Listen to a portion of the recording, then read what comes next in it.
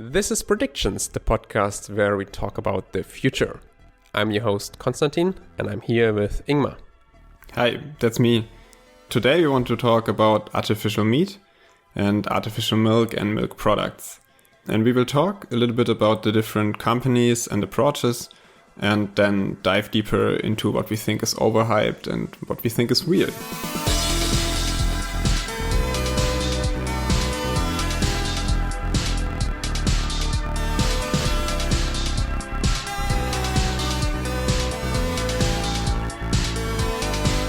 Basically, there are the traditional old school patties that are mostly used by vegetarians and vegans, which don't taste anything like meat at all. And then on the other side, you have these artificial meats, which are actual animal tissue that you grow in a petri dish in a lab. And there have been maybe 10 burgers worldwide ever made like that. But in the middle of that, there are now quite a few new startups. And one of those is Beyond Meat. And another one is Impossible Foods. And they are making burgers and they're making other meat imitates that are much closer to the real thing, but they're still 100% plant-based. And that's a really interesting space because these people are not just going after vegetarians, but they're very explicitly going also after traditional meat eaters who say they want to eat more healthily, or they want to do a better thing for the environment, or they want to stop killing animals. And so one of these companies is Impossible Foods and the other one is Beyond Meat. And they're, on the first glance, they're quite similar, but actually when you look a bit deeper, they're very different. First of all, Beyond Meat is already public. They're also profitable. And they really just use plant-based ingredients. They use protein from peas and other ingredients and vitamins. And then they put it all together, get a nice texture, coconut oil and whatever, and you have a burger. And Impossible Foods does a similar thing, but Impossible Foods also claims that they have kind of like a magic ingredient, some ingredient that really makes the meat taste like meat. And that is called heme. And they say that they put heme into their burgers because heme is the thing that makes meat taste like meat, that makes meat like desirable and makes us crave meat. And it's the one thing that we always miss when you have like a meat imitation. It's like close but not quite there. And they say that this little thing that's not quite there, that's the heme. So they say that, right? I haven't ever been able to verify that because in Germany, you're not able to get actually an Impossible Meat burger because they haven't been able to get approval to sell in Germany. So the thing why they haven't been able to get approval yet in Germany and in Europe is because they actually use gene-modified yeasts. So a little bit like fermentation process of beer. They use yeast to make this heme. And they then add this heme as an ingredient to the burgers. So the actual gene-modified organisms, the yeasts, are not going into the burgers. And they're very careful to point that out. So that you're not eating gene-modified foods, but they're using these kind of gene-modified yeasts to produce the heme. Similar like insulin, right? If you get insulin nowadays, you don't get it from pigs anymore. Nowadays you get insulin that's produced by gene-modified bacteria. And that's completely fine. And in a similar way, it's going to be with heme. So I haven't been really able to verify this, but people say that the heme-based burgers actually taste much more like meat. But in any case, they don't really have the texture yet like meat. And that's also the reason why all of these companies are really going after the burger space. Because in a burger, you have a patty and you also have a lot of sauce and other stuff. So you don't like feel so much what you're biting into. And it's really more about the taste and the flavor than it's about the texture. So none of these companies has ever made an artificial steak with a bone on it. I don't know how do you call a steak with a bone? Isn't that a steak or? I don't know. I'm not a meat person. I'm not a meat person. It's a very German way. But yeah, it's a meaty thing. So they're already, you can buy them in restaurants. You can buy them in supermarkets, of course, not in Germany. Actually, Beyond Meat you can get in Berlin. There are a couple of restaurants selling that. So I should definitely do that after this episode. I should have done it before, of course. But I didn't. So you can buy them and they're both roughly the same price and they're both more expensive than the traditional meat. So they're definitely going for a premium positioning in the market. Just for completeness, there also has been a scandal around Impossible Foods that there was some glyphosate in the yeast that they used. I'm not exactly sure what happened there. I didn't research it any further, but I think it's just fair to point it out here. And yeah, it's an interesting thing, but there's also, when we did the research on this, we discovered that there's also artificial milk. Yeah, the thing about artificial dairy or milk specifically is that, of course, milk is not such a complex product actually. So it's mostly water, and then you have some, of course, some fats, some proteins, and some other stuff. Like, so I have a startup that has like water already, and we're like 90% there having milk, right? Like we just need funding for the last 10%. yeah. So that's kind of the pitch. Yeah, you can basically just push a little bit of stuff together, and then you have your milk. But the really interesting thing about those new companies is that they are trying to artificially produce some of the proteins, again, using genetically modified yeast. And their claim, or kind of the unique selling point, is that those proteins are really responsible for the nice taste of the milk. So when you take everything from plants except for those couple of proteins, you get nice tasting milk without using any animal. And yeah, actually one of the big players in the market is Perfect Day. They were formerly called Moo Free, I think. So maybe some, like, I think cow free, moo free. It's pretty clever. So what they are saying is they are actually using the same DNA information that is in the cow's DNA and take it and inject it into the yeast, and then somehow the yeast starts producing similar proteins. So yeah, basically magic, right? Yeah. I mean, I have no idea how Gene that technology. works. Who knows how this works? I don't know. But yeah, so that's how they do it apparently. But wait, so the proteins are the same. The proteins that they add to the milk are exactly the same proteins that you have in the cow milk. So they're really 100% simulated. I think so. Yeah, I think so. Okay. Yes. Yeah. I mean, of course, they're not imitating the entire formula, but the claim is somehow that most of the milk you can actually replace by plant-based products, and then you have a little bit left over, similar to the heme in the burger meat that you really need, so it actually tastes like proper milk. And this is what they produce using using yeast. It's a big step forward. To make... No, yeast, yeah? Yes, and so there's Perfect Day, which is kind of, I would think it's kind of the leader in this segment, because I think last summer they already sold some ice cream. And of course, ice cream is not so cool because you don't really taste much milk in ice cream. And also it was just small batches and it was really expensive and just for fans. But yeah, what I've been hearing, it tastes really good and it tastes creamy. Yeah. So yeah, Perfect Day actually is not trying to sell their product directly to customers in the form of ice cream, like in this initial rollout, but they're actually trying to produce artificial dairy and then sell it to food suppliers so they can make their products with that. So they don't want anything to do with the customer side. They just want to supply the basic product. And they actually recently teamed up with Archer Daniels Midland, which I've never heard, but it's apparently one of the world's largest food providers. So they are really getting large right now. And it's quite interesting. There are also some others which are a little bit smaller, like New Culture, which is concentrating on cheese mainly. But yeah, I think they're still more in the proof of concept phase. And I also heard of Motive, who are trying to both produce artificial meat and dairy. So they're really deep into this.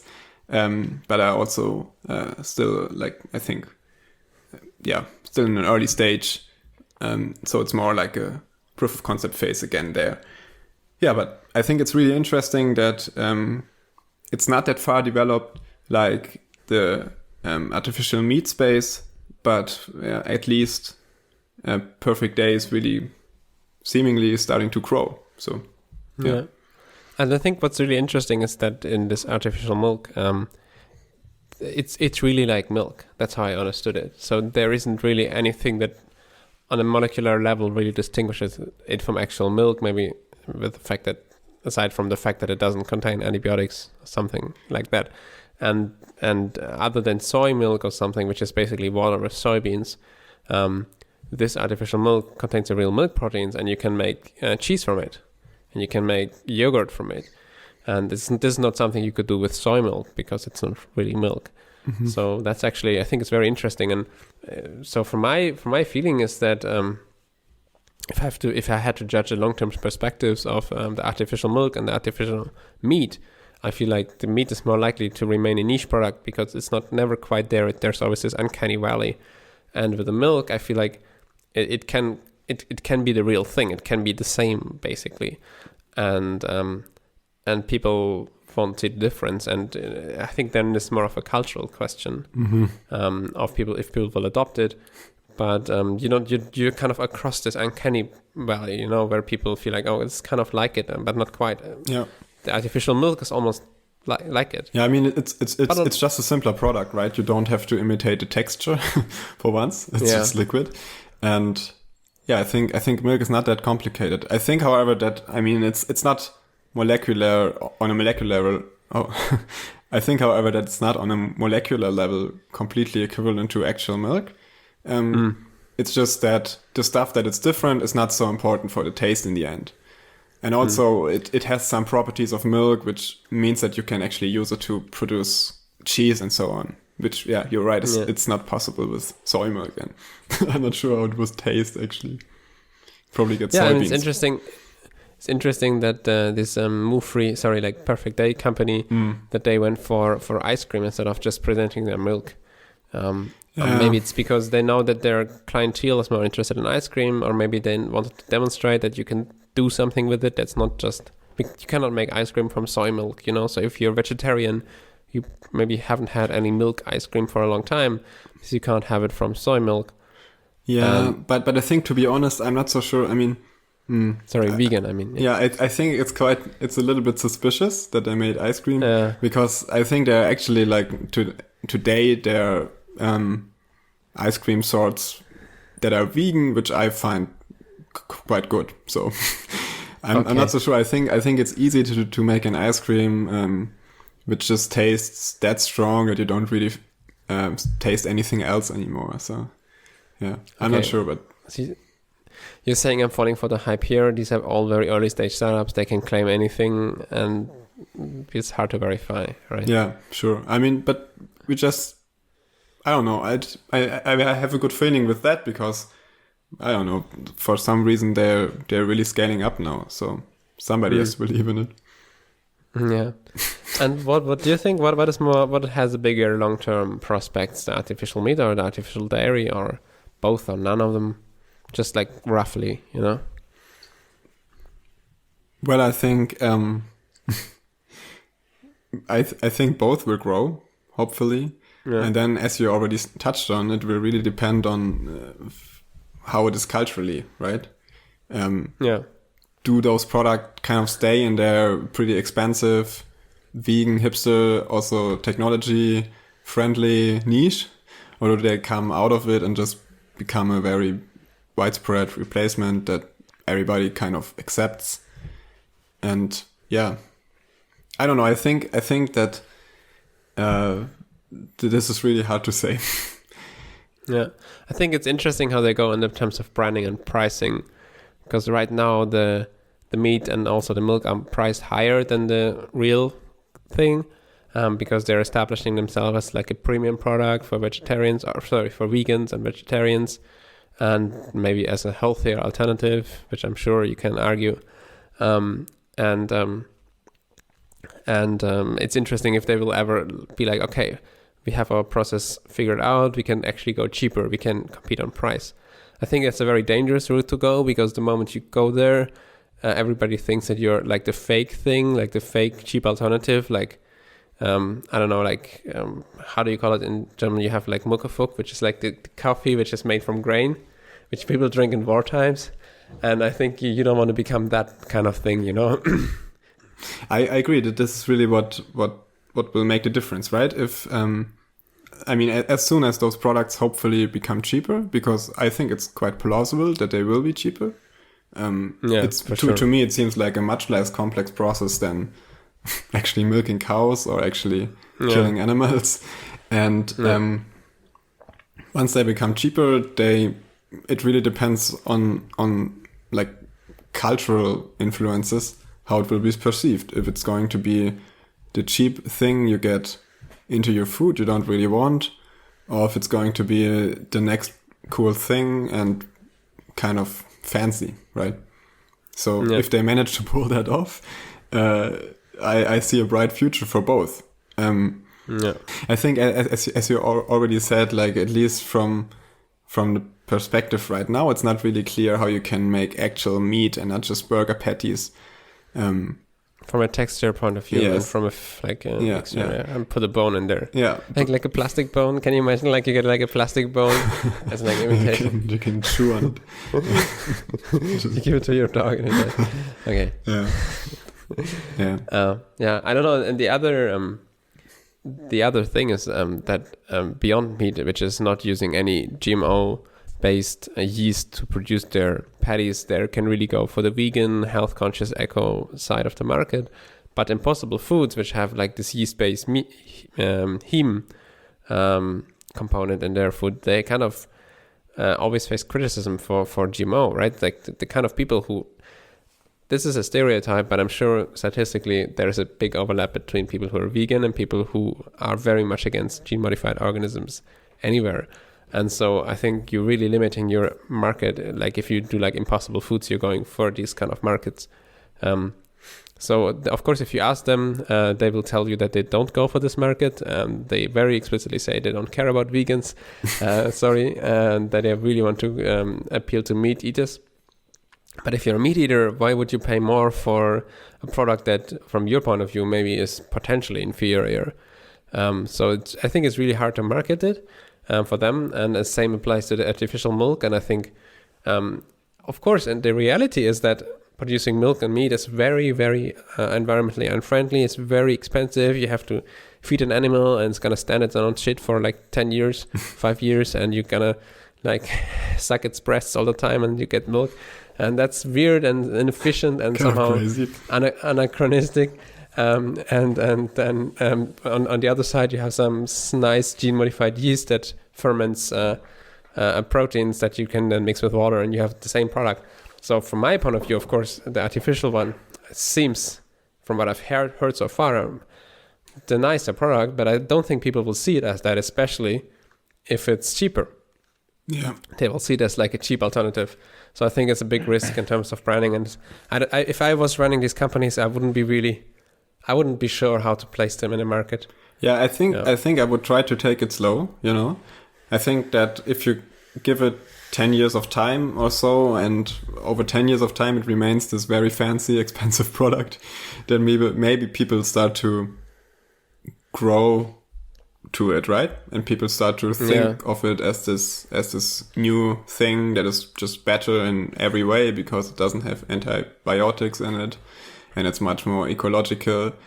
And maybe, so maybe then you can introduce it to a broader market. But I would agree, like it wouldn't really help the whole thing if it would be cheap right now. I don't think so. Yeah, but then also there's a risk that you're the one who's like paving the way in terms of branding like this artificial milk or something nice. And then Costco comes in with its in-store brand, makes a cheaper version of what you're doing. And then basically they're starting to go for the cheaper segment and they're going for the mass market and you're losing that. So I think the companies are actually aware of that risk. And that's why a lot of them don't even try to brand themselves, but they see themselves as a supplier for producers with a bigger market power, because they know they can maybe carve out the luxury segment, but the moment it's ready, it's time to go into the big market, they will be raced by some other cheaper competitor. So I think they try to be like the R&D thing that produces the research, produces the technology, and then partner with the big brands in terms of branding and distribution. And I think that's a smart strategy. Mm-hmm. Yeah. Okay, in terms of predictions, let's say in 2030, in 10 years, roughly, 9 years and 10 months, what do you think will be the market share of this kind of Beyond Meat, Impossible Meat, artificial meat kind of thing, and like not market share in terms of cost, but let's say in terms of kilograms of meat eaten? Well, I think that I don't think that in 10 years this will become popular beyond the kind of vegan, technology-friendly scene. So this is the model I apply. And using that, I would think that of the 8% of the world's population that are vegetarian today, maybe a quarter of them will actually use it then. So, I don't know, my estimation for artificial meat using genetically modified organisms in 2030 is that it's going to be 2% of the mass of meat consumed then. Okay. Volume or mass? Mass. Okay, got it. Yeah, I agree. I mean, I think I have a bit of a higher number, but I think we were talking about the 10-year time frame, the 30-year time frame before recording this. And I think in 30 years, there's a much bigger chance that people will accept this artificial meat and this artificial milk in particular as like a equal replacement. Not a lower quality replacement or a higher quality, but like equal.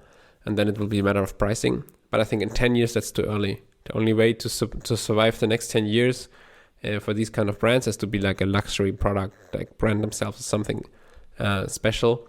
So they shouldn't even try to appeal to the masses yet, but rather to like the more eco-conscious people. I think though this is a bigger market than maybe you think, and I think especially if they're very tasty, I know that I can see myself going for those rather than going for the standard meat. And I'm not usually a customer nowadays of burger patties that are made from soybeans, and I'm also not vegetarian or vegan. So judging from myself, sample size 1, it's going to be 100%. No, I think it's going to be like, I think it's more like 10%. But we're talking about meat, yeah. But also in the milk space, I see a similar thing, 10%. Mm-hmm. I think there's a bigger chance for milk to become really, really, really big, like artificial milk to become really, really, really big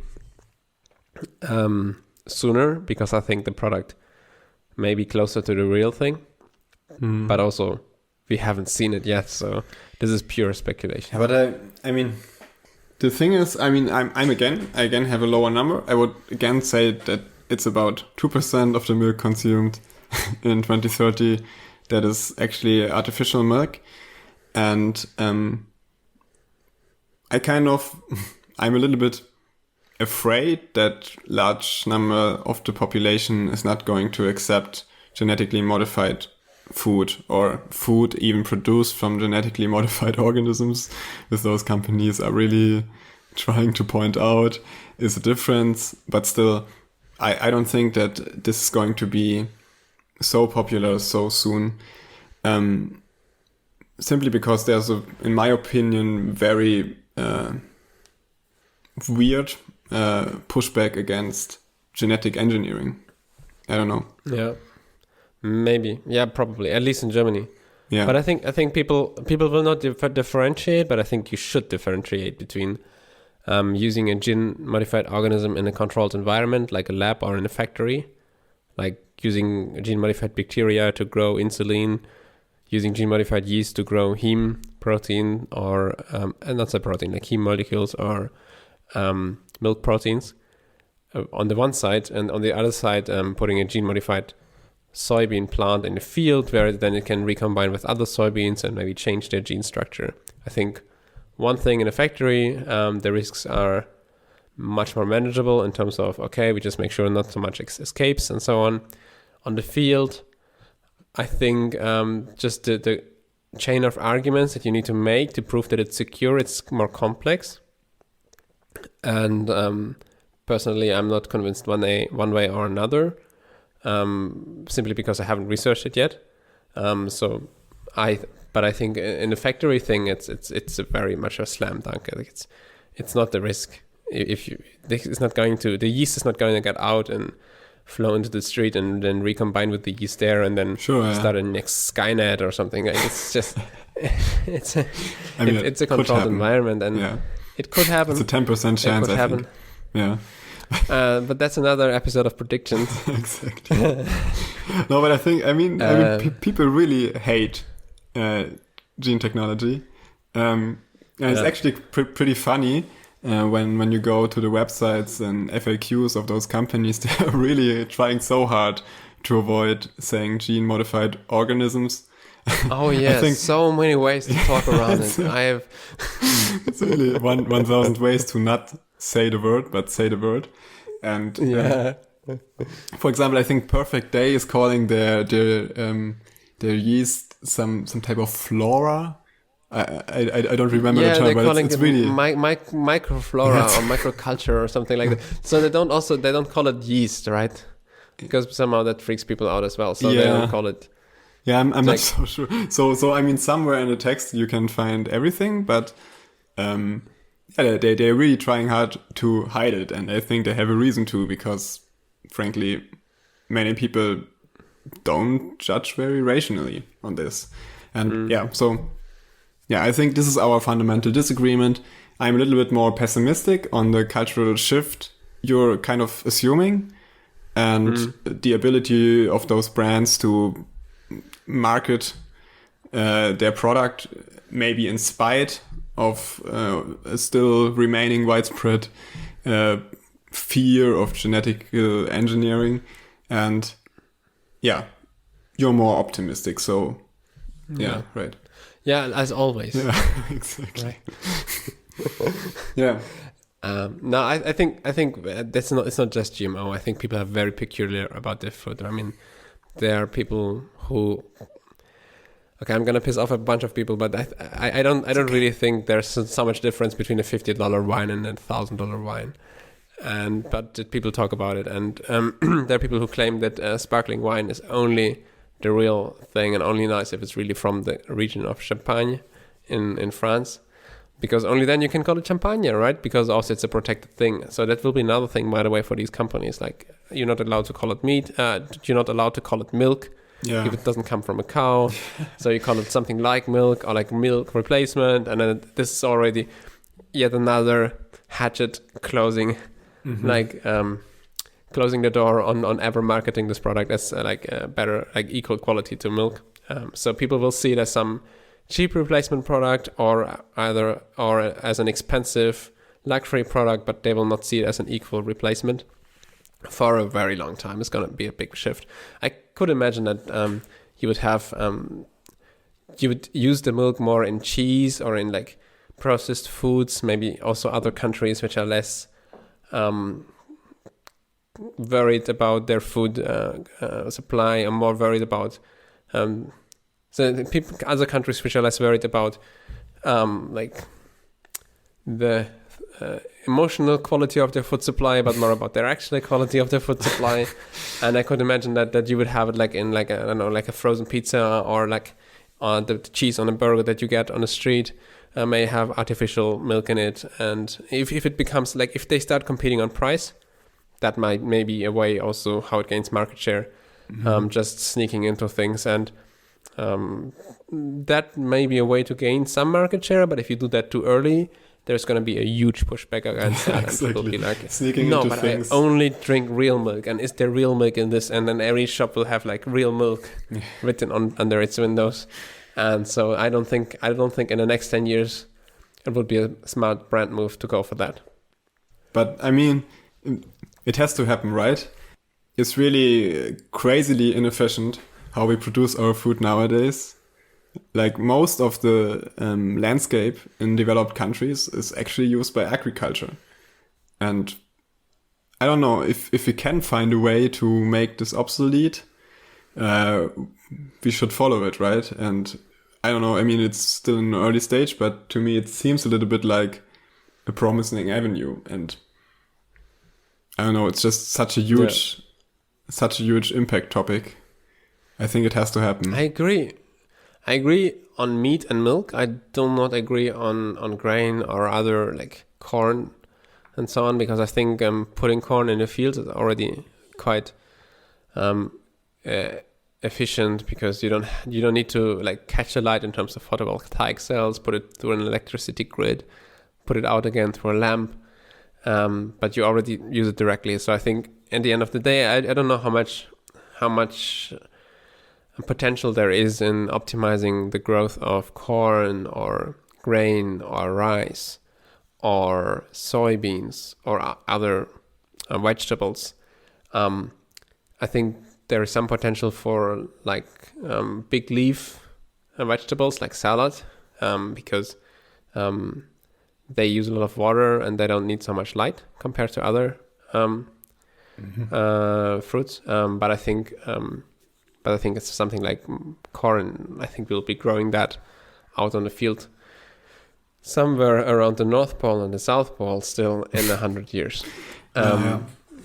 I mean, but I think on meat and dairy, I agree, and I think it's you can feed 10 people when you start feeding them grain instead of putting it into a cow and then killing the cow and feeding one person with that. And I think also in terms of water usage, in terms of methane output, which has an impact on climate change, it's pretty insane what we're doing for meat and what we're doing for dairy. And then also we're killing a bunch of animals, which somehow I try not to think about so much when I eat meat, but if you think about it more, it's also kind of strange. Mm-hmm. Yeah. And I mean, it's really crazy how, I mean, growing crops is already quite inefficient in terms of using the energy per area, impacting the earth. And then... Yeah, but of course, as you said, it's not so clear to me that you can actually improve this using, I don't know, solar cells and vertical farming. But then you have the second step of already inefficiently obtained energy, and you put it back into an animal, and the animal does a lot of things, but only grows with a little bit of this energy.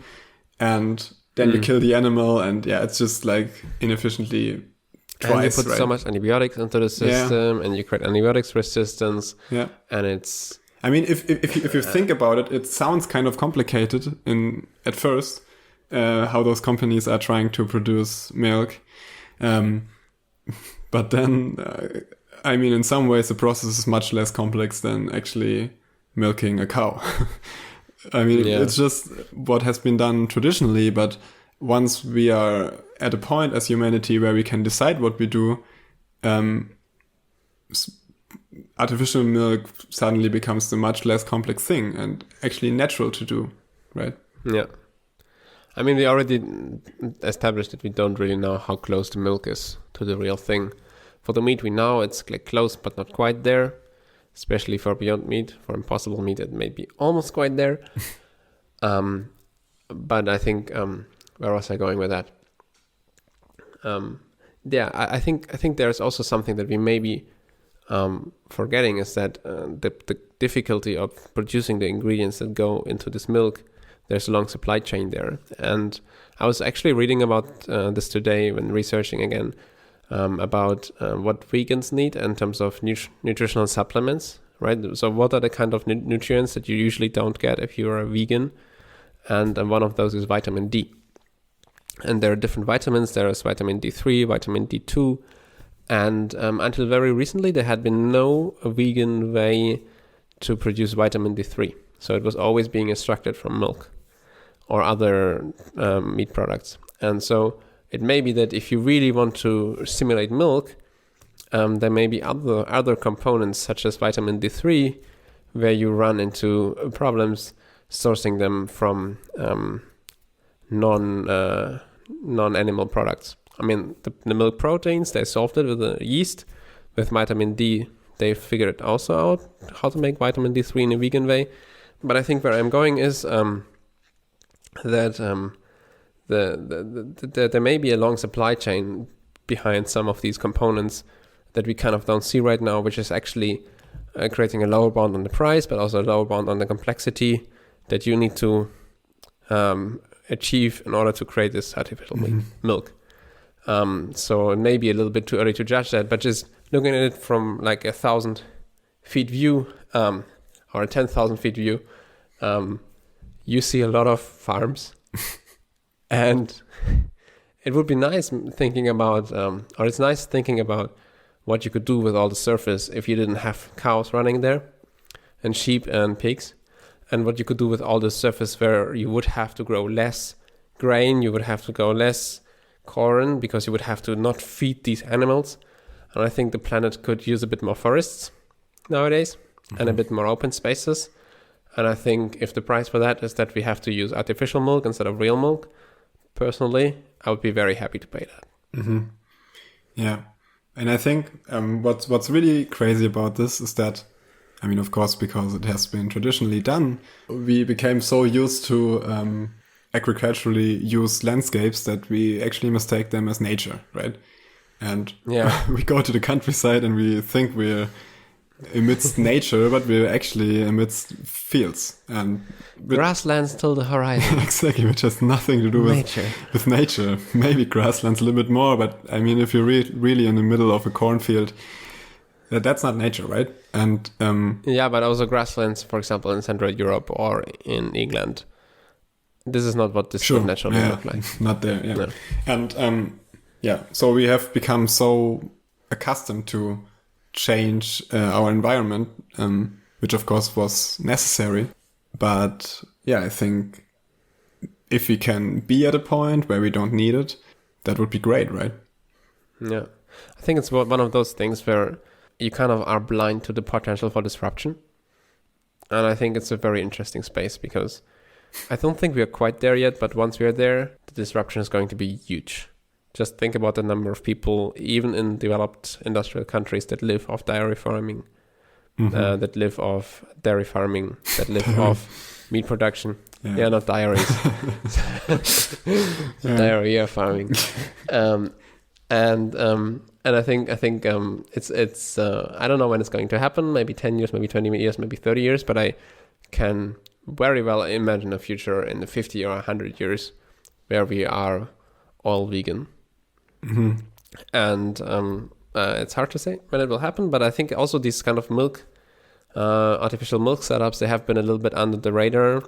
These meat startups are very much in the focus, and milk you kind of keep forgetting because also, of course, vegans are a much bigger demographic than other way around. No, sorry, vegans are a smaller demographic than vegetarians, but I think there is a lot of potential there, especially if they figure out the cost savings. So it's going to be an interesting next 20, 30 years to watch these companies. Yeah. It's a 100,000-year-old industry to disrupt. So I mean, we're kind of a little bit optimistic about this, but if you just think about it, if that's going to succeed, that's the oldest industry. That's actually the second oldest industry, right? Yeah, of course, yeah.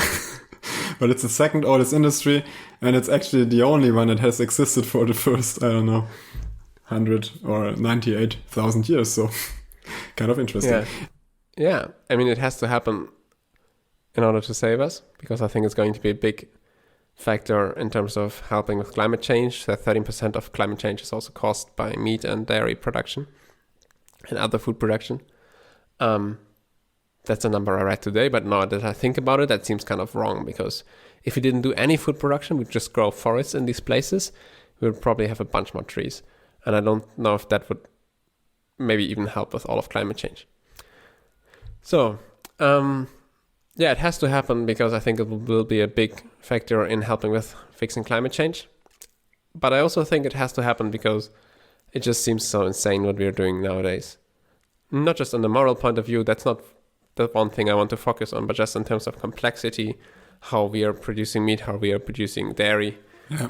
That seems pretty archaic. All right. Anything to add from your side? I don't think so. It has to happen, that's all.